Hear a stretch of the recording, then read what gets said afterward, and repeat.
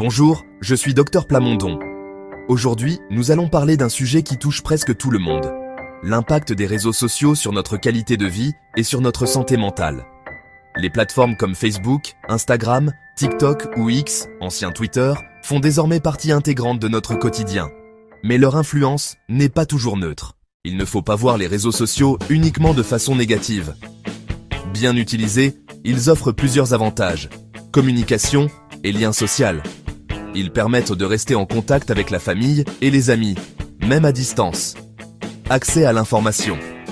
Ils facilitent la diffusion rapide des connaissances et des actualités. Soutien émotionnel.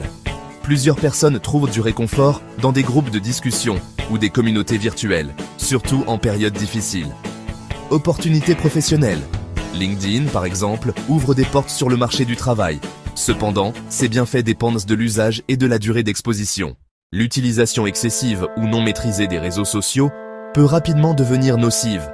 Perte de temps et baisse de productivité. On passe parfois des heures à défiler sans s'en rendre compte. Isolement réel. Paradoxalement, plus on est connecté virtuellement, moins on interagit dans la vie réelle. Comparaison sociale. Voir des vies parfaites peut provoquer un sentiment d'infériorité ou d'échec. Troubles du sommeil. L'exposition prolongée aux écrans, surtout le soir, perturbe le rythme circadien. C'est ici que l'impact devient particulièrement préoccupant. Anxiété et dépression. Plusieurs études montrent une corrélation entre l'usage intensif des réseaux sociaux et des symptômes dépressifs, surtout chez les jeunes. Stress et surcharge cognitive. La quantité d'informations et de notifications crée une stimulation permanente du cerveau.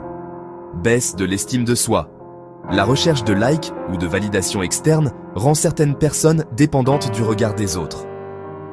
Cyberharcèlement, un phénomène malheureusement fréquent qui peut avoir des effets graves sur la santé psychologique. Quelques recommandations simples peuvent limiter les effets négatifs. Fixer des limites de temps chaque jour. Désactiver certaines notifications pour réduire la pression constante.